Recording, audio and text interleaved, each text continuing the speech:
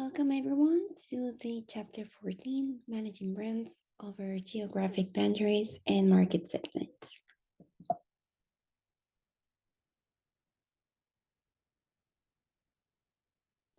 These are our team members. Okay, to start, the first subtopic is regional market segments. In this, he tells us that regionalization seems to go against globalization. However, today marketers are interested in regional marketing because mass markets are fragmenting. The compares sales data from supermarket scanners can reveal regional pockets of sales strengths and weaknesses, and communications marketing make possible a more focused targeting on defined consumer groups in practically any line.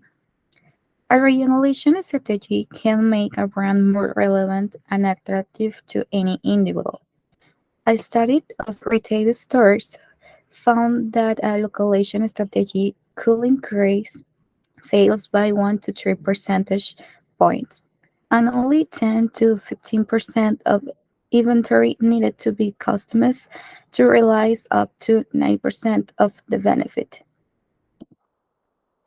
For example, Macy's. It's a store in Columbus, Ohio that specializes primarily in retail apparel, watches, dinnerware, and furniture. And this taking advantage of several trends. Macy's has made its brand simultaneously more local and more national. At the same time, Macy's recognized the value primarily in retail apparel and to suit local and regional tastes with a strategy. The goal is to have 15% of merchandise in the stores reflect local, preference a high percentage given the 1.5 to 4 million different items typically stocked in each store.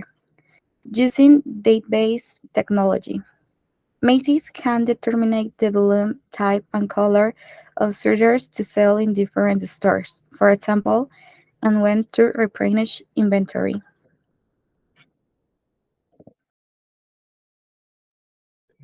Now I'm going to talk about the other demographic and cultural segments.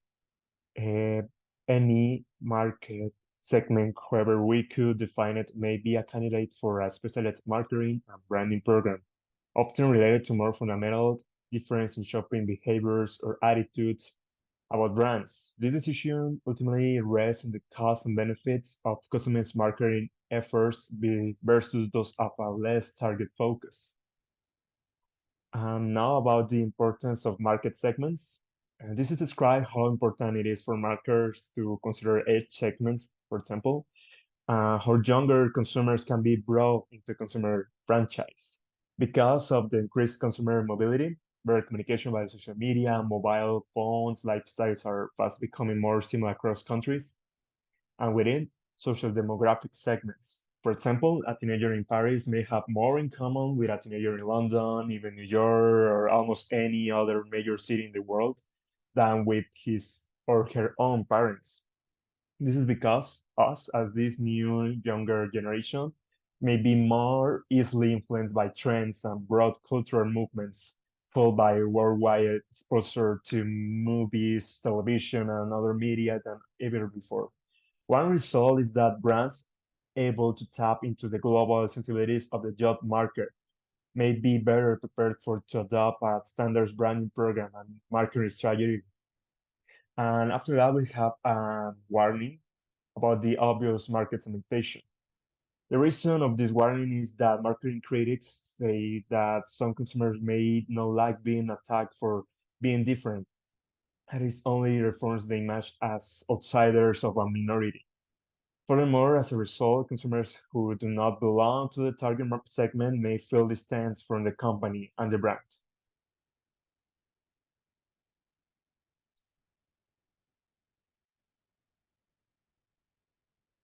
Rationale for going international.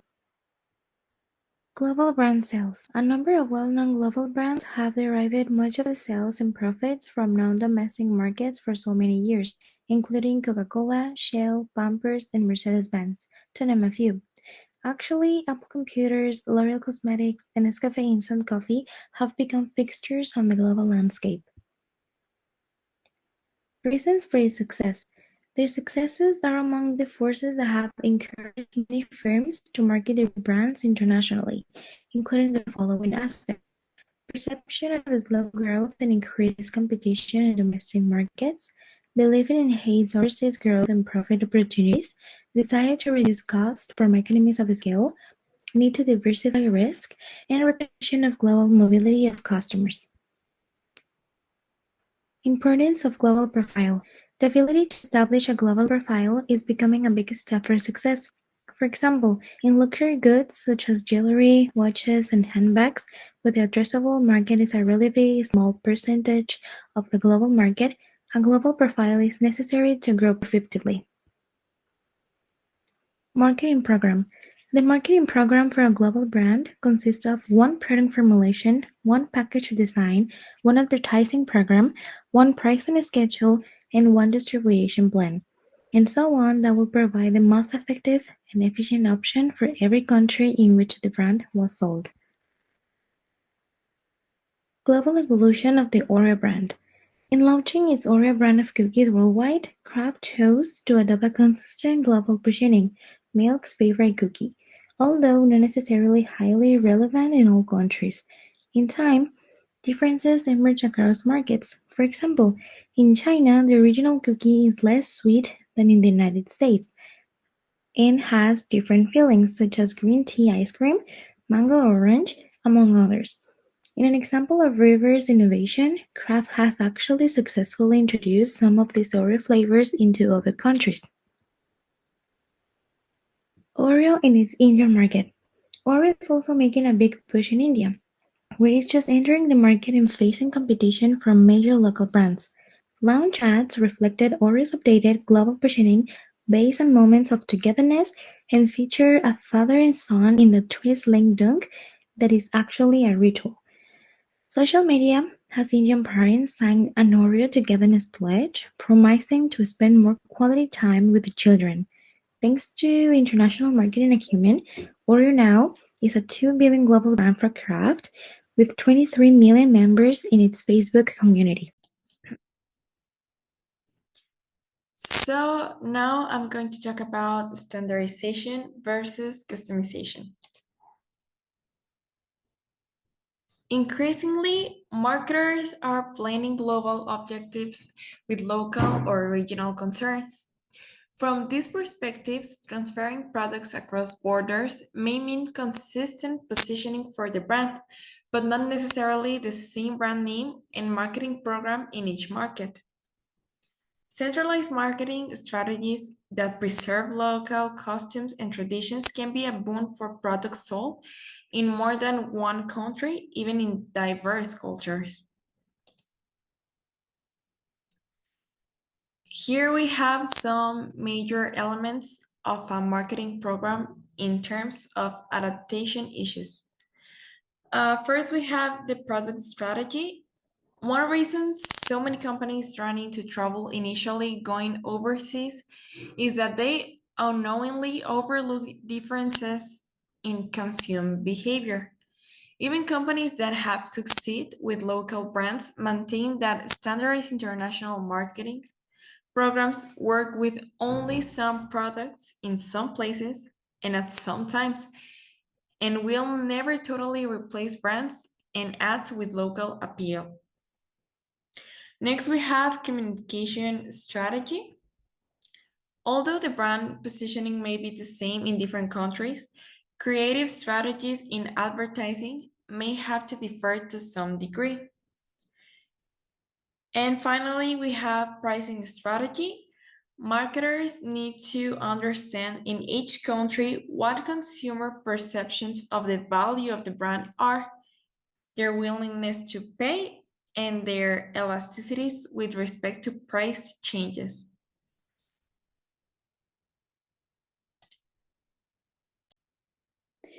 All right, so it's my turn talking about advantages of global marketing programs. I would like to start checking the economies of scale and lower cost.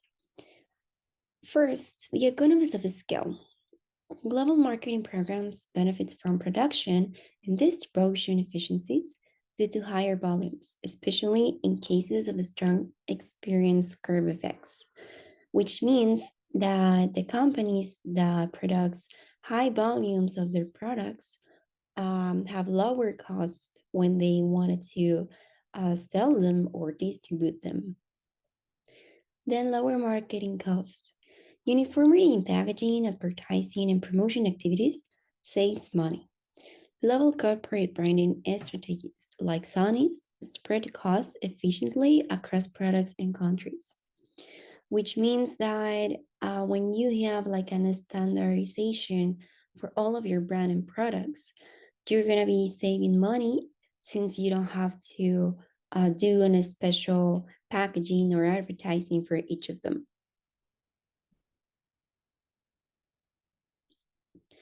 The power, consistency, and efficiency of brands. Power and scoop. A global brand profile communicates credibility, experience, and acceptance, enhancing the perception of quality and convenience. As well, consistency in the brand image. It's maintaining a common marketing platform globally ensures that a consistency brand image, especially vital in the world where media exposure transcends national boundaries. And last one is that the efficient idea leverage. Globalization enhances core competencies in areas like manufacturing, R&I, and marketing, allowing for quick knowledge transfer and leverage good ideas across markets. Right here, we can appreciate that when you put together the power, consistency, and efficiency of your brand, you can provide and communicate credibility and that your brand it's working good. One of the most important things to highlight in this slide is that you have to ensure that the core of your brand is strong and it's going to be good for the future. Now talking about uniformity and control. Uniformity of marketing practices. Standardized global marketing programs simplifies coordination, ensure consistent communication across countries. For example, MasterCard case study. MasterCard's Priceless campaign became a global success by incorporating universal moments while adapting to local relevance when necessary. This priceless or as well this contactless new campaign that the cards have. MasterCard implement this on the chips on the cards, so you can just be paying through your card when you put your card near near to the machine that you're gonna pay. And this is going to be for global marketing programs. This is going to be simple for the customer. This is going to be easier for the customer. And like time of the time, local vendors are getting these new practices for them to adapt to the global market.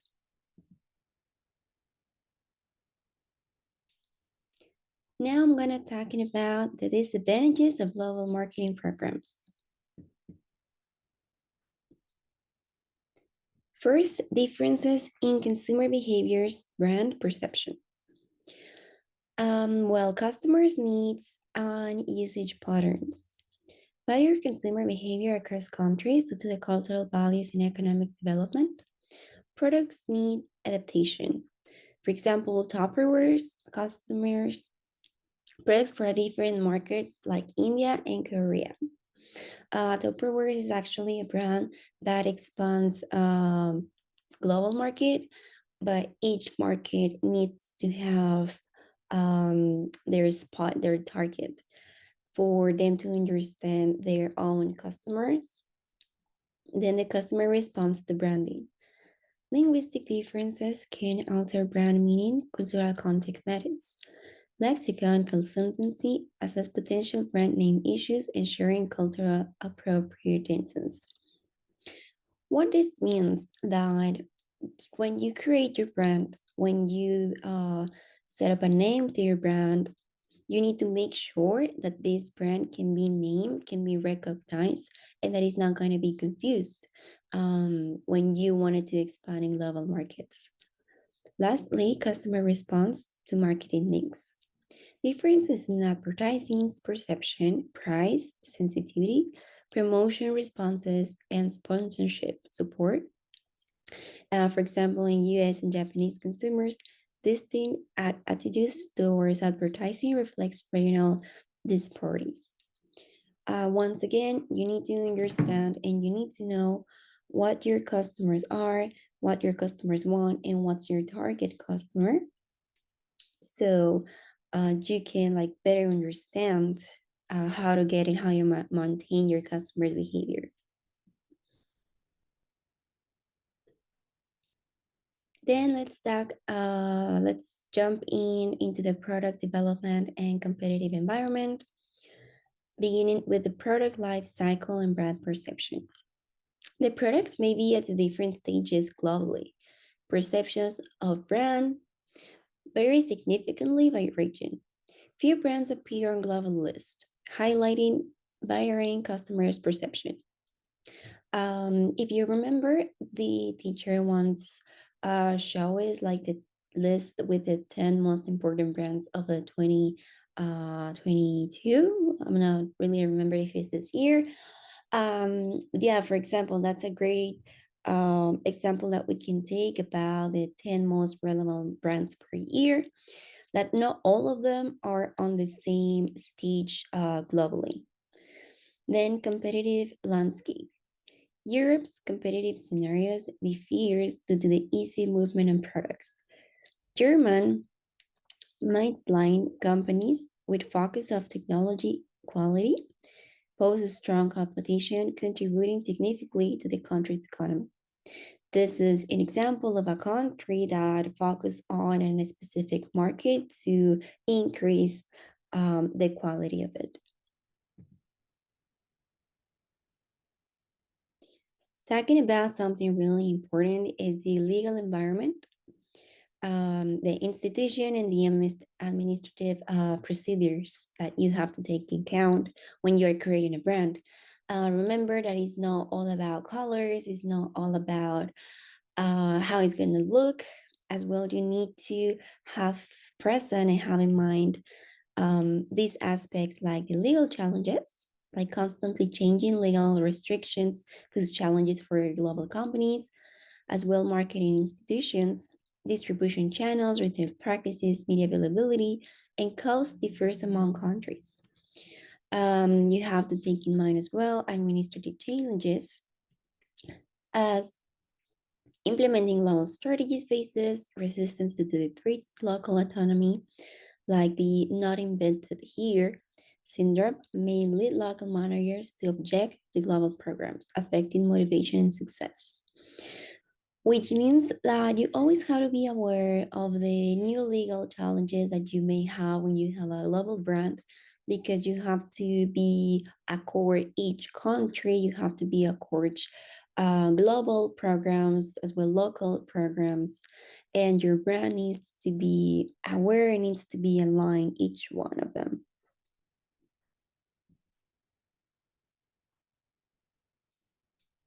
Let's jump into the global brand strategy. Building the global brand equity, understanding customers' behavior. This is like putting together the topics that we already revised. For example, we need to identify differences in consumers' behavior, as we talked about already. Better consumers' behavior across markets necessitates unique marketing programs. As well, adjusting brand programs is adapting brand elements, marketing activities, and secondary associations based on market differences. Entonces, we need to leverage secondary brands associations, and this may require significant changes due to the varied meanings in different countries.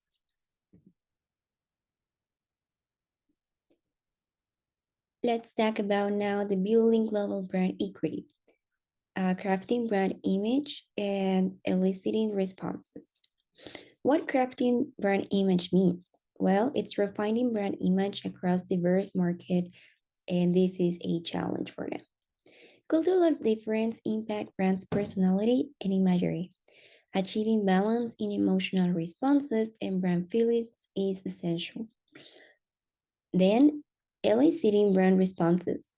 Positive brand judgments are crucial in new markets. Crafting the right brand image help achieve positive consumer perceptions. Balancing like these emotional responses and brand feelings is challenging due to cultural disparities.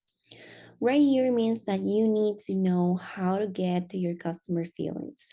When you get to your customers' feelings, when you make them feel something, it's easier to engage with them. However, since you have a global brand, you need to be really careful on how you do it.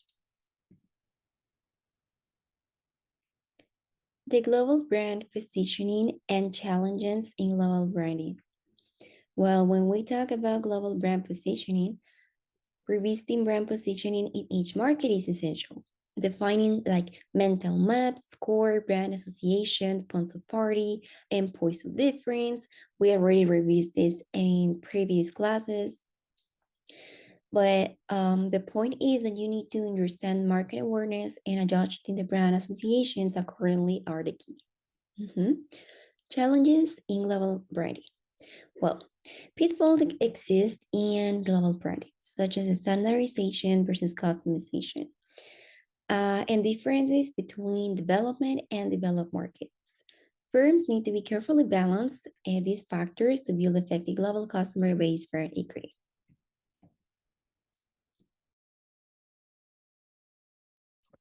Now I'm going to talk about the developing versus developed markets. Some of the most important developing markets are captured by the economy BRICS for Brazil, Russia, India, China, and South Africa.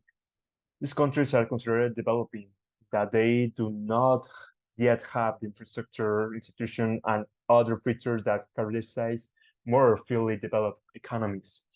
Yet they are among the largest and fastest growing and have received much attention from companies all over the world.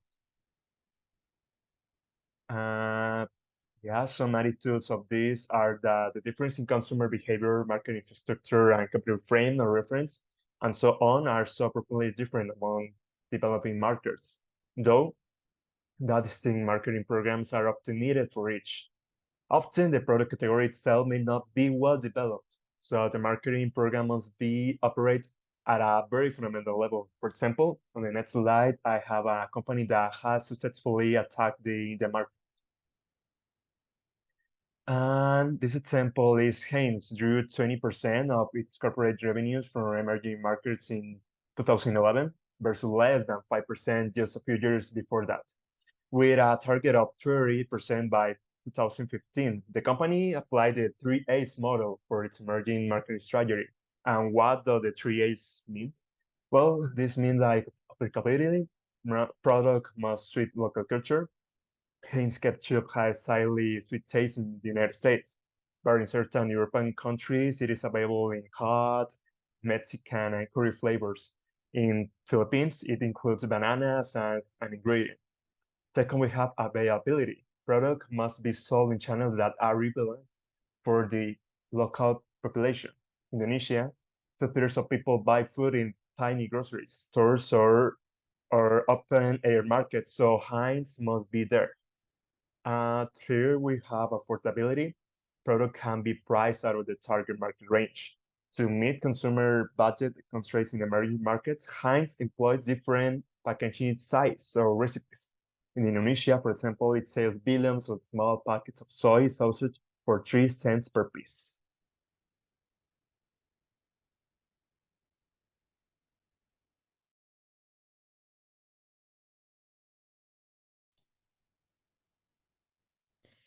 Now we're going to talk about building global customer base brand equity.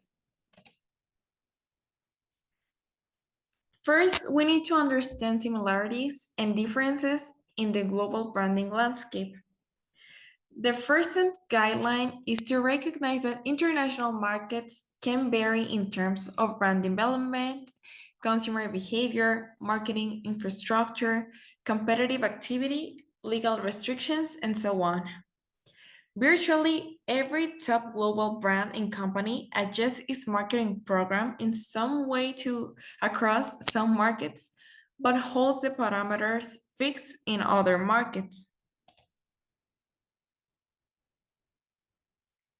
The best examples of global brands often retain a thematic consistency and alter specific elements of the marketing mix in accordance with consumer behavior and the competitive situation in each country. Snuggle Fabric software offers an example of effectively custom tailoring the marketing mix. Here we have the example of this brand that is Snuggle.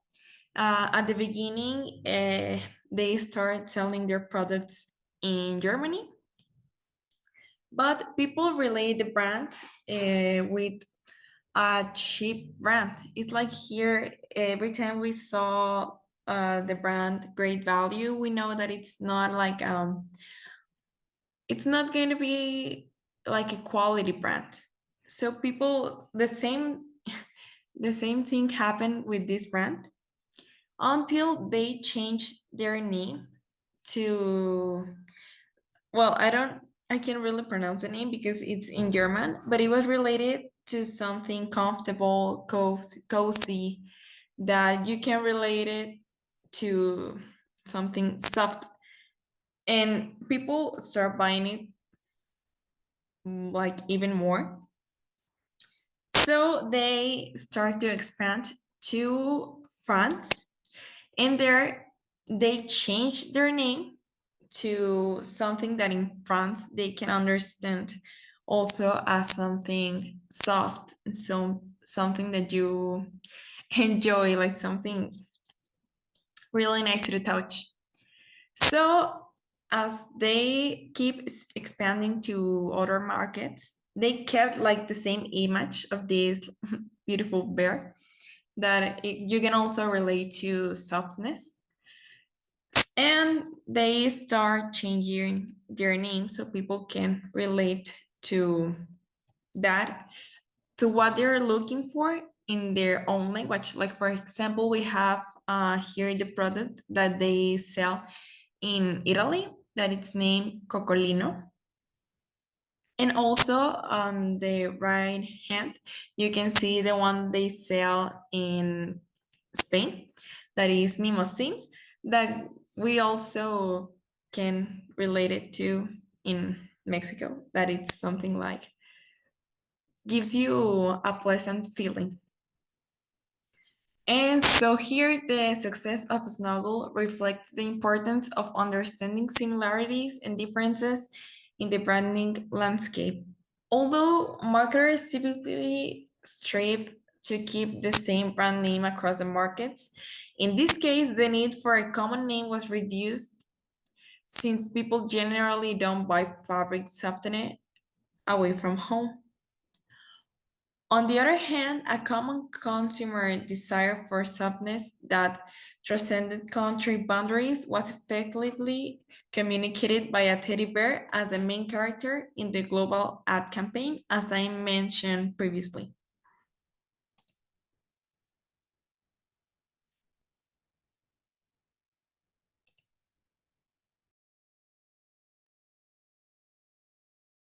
And now, a very interesting topic. Don't take shortcuts in branding building. In terms of building a brand consumer-based brand equity, in particular, we must create brand awareness and a positive brand image in each country in which the brand is sold.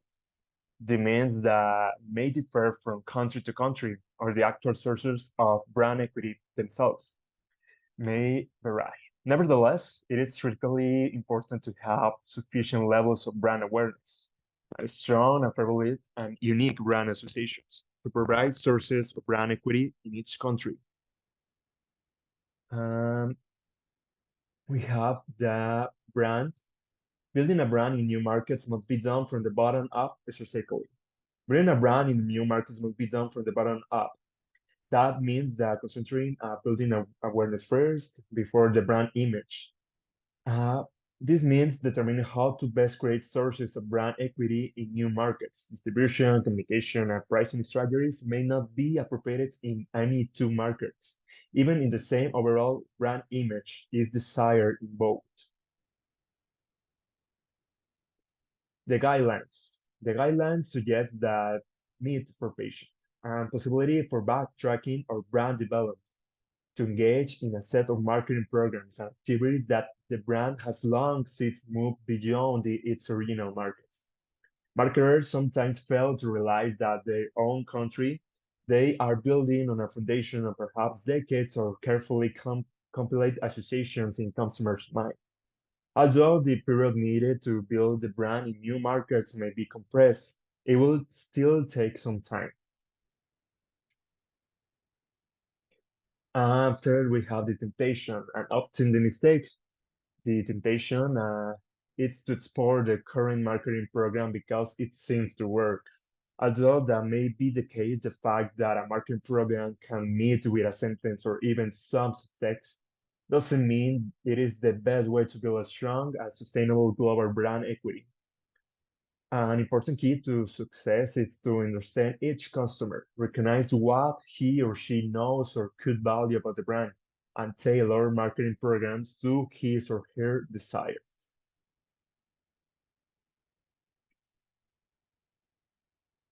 Number three, establish marketing infrastructure.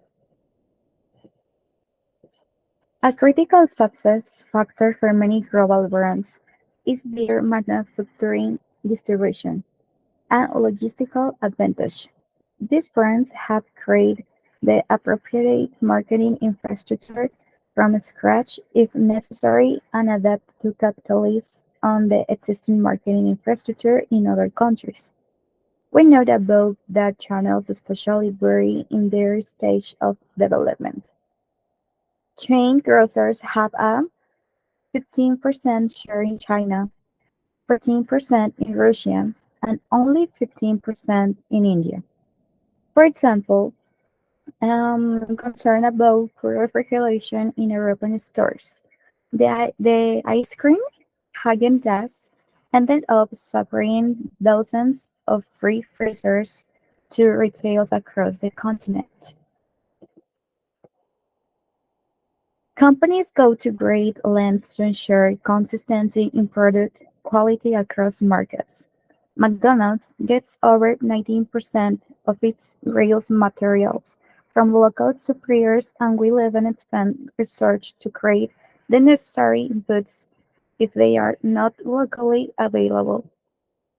Hence, investing to improve potato farms in Russia is a standard practice because French fries are one of McDonald's core products and a key source of brand equity. More often, however, companies have to adapt production and distribution operations, invest in foreign partners, or both in order to success abroad.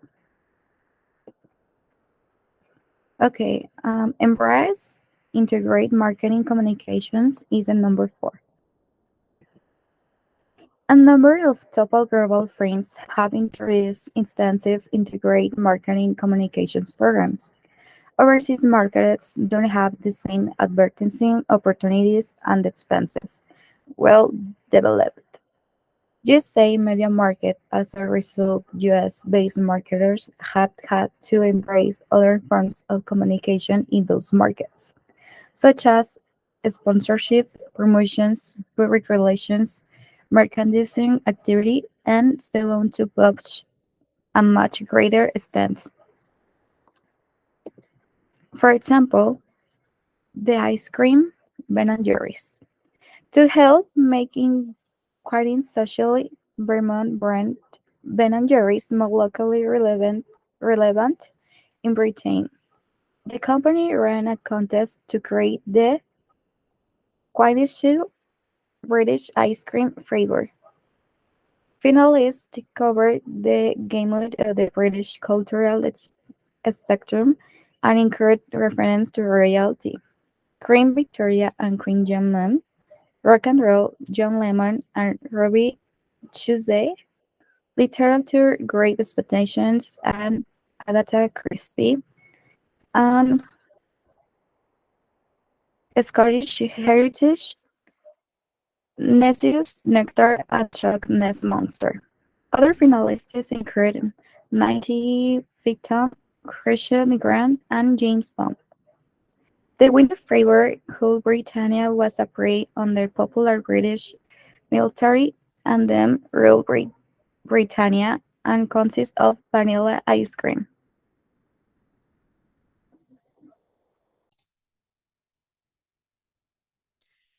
So here we have balance, standardization, and customization. The challenge is now to know which elements to customize or adapt in which to standardize. Some of the factors often suggest in favor of more standardized global marketing program include the following. First, we have common customer needs, then global customers channels, then favorable trade policies and common regulations. Next, we have compatible technical standards. And finally, transferable marketing skills.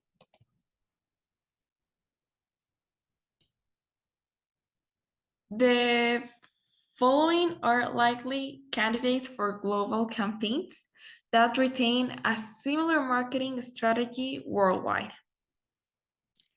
Which is really easy to recognize. Like, for example, here we have high technology products with strong functional images. There are like televisions, watches, computers, digital cameras, and automobiles. Such products tend to be universally understood and are not typically part of the cultural heritage. Like, for example, we use the same phones that some people, that everyone use in America or in Italy or in China. That doesn't change. Next, we have high image products with strong associations to fashionability, sensuality, wealth, or status. Like, for example, cosmetics, clothes, jewelry, and liquor. Such products can appeal to the same time of market worldwide. Like, for example, I think everyone know like what is Gucci, like here or in Italy or in Africa. Everyone knows what that brand represents. And finally, we have services and business to business products that emphasize corporate images in their global marketing campaigns, like, for example, airlines or banks.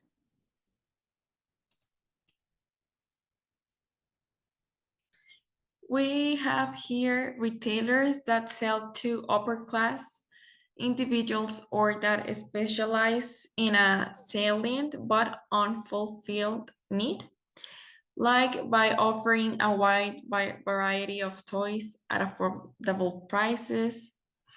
This brand transformed the European toy market, getting Europeans to buy toys for children at any time of the year, not just for Christmas, and forcing competitors to level prices across the countries.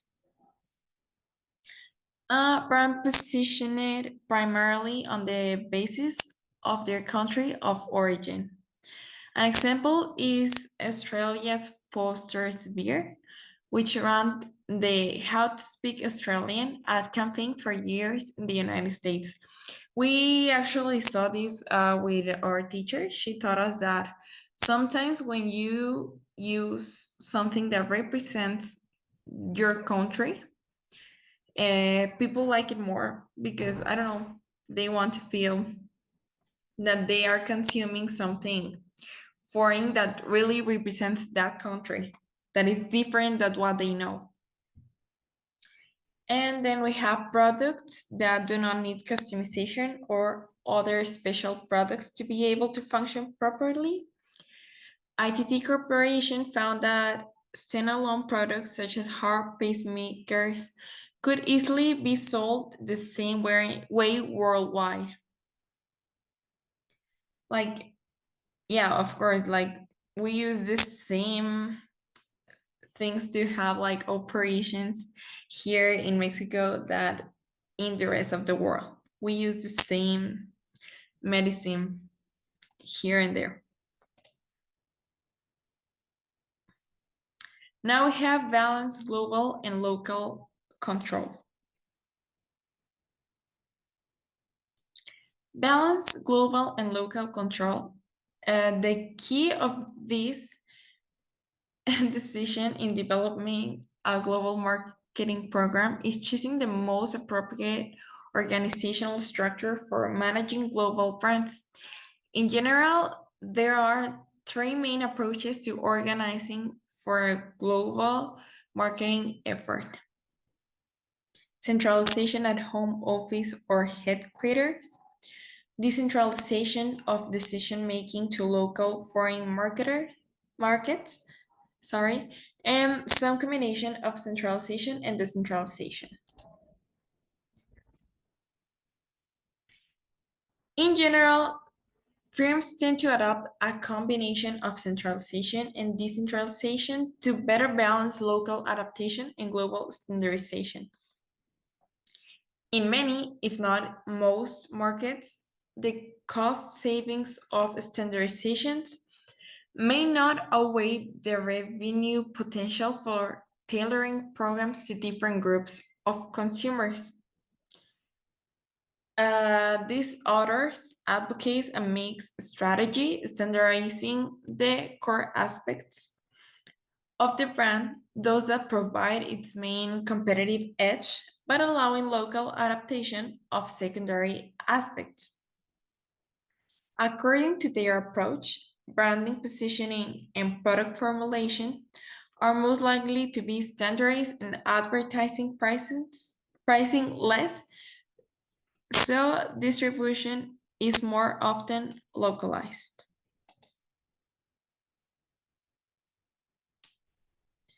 Many global companies divide their markets into five or so regions. For example, they divide it from Europe, Asia, Latin America, North America, and Africa and Middle East. A key theme is the need to balance global and local control. Coca-Cola, for example, distinguishes between local marketing activities that would appear to dilute brand equity and those that are not as effective as desired. Headquarters would stop the first from occurring, but will not stop the latter, leaving the activity's appropriateness to the local manager's judgment, but also holding him or her responsible for its success. Like, for example, here we also have seen the example that Coca-Cola in Latin America sells more like, oh yeah, the family, friendships, and like things related to the heart and feelings. And in North America, it's more like, yeah, party, friends, like having fun. Like that is the best example to know why they do this like separation of regions.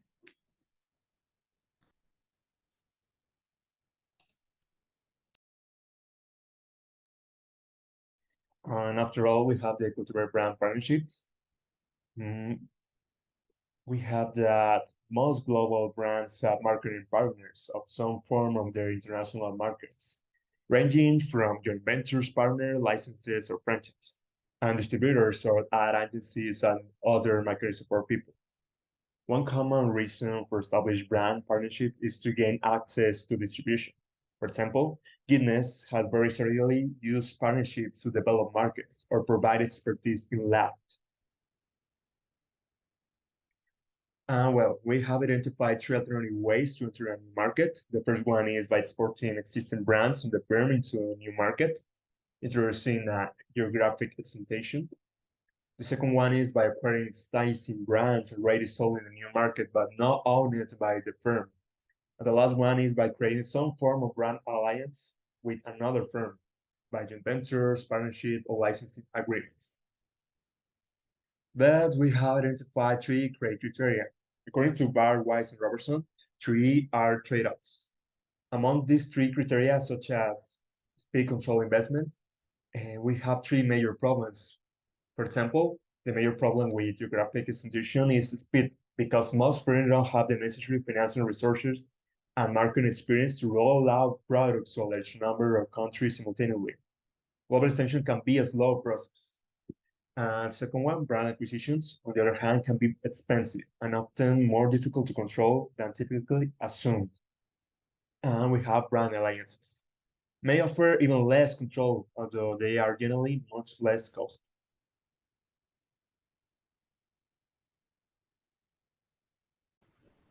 Global Brand Equity Measurement System is a set of research procedures designed to provide timely, accurate, and actionable information for marketers and brands so they can make the best possible tactical decisions in the short run and strategic decisions in the long run in all relevant markets.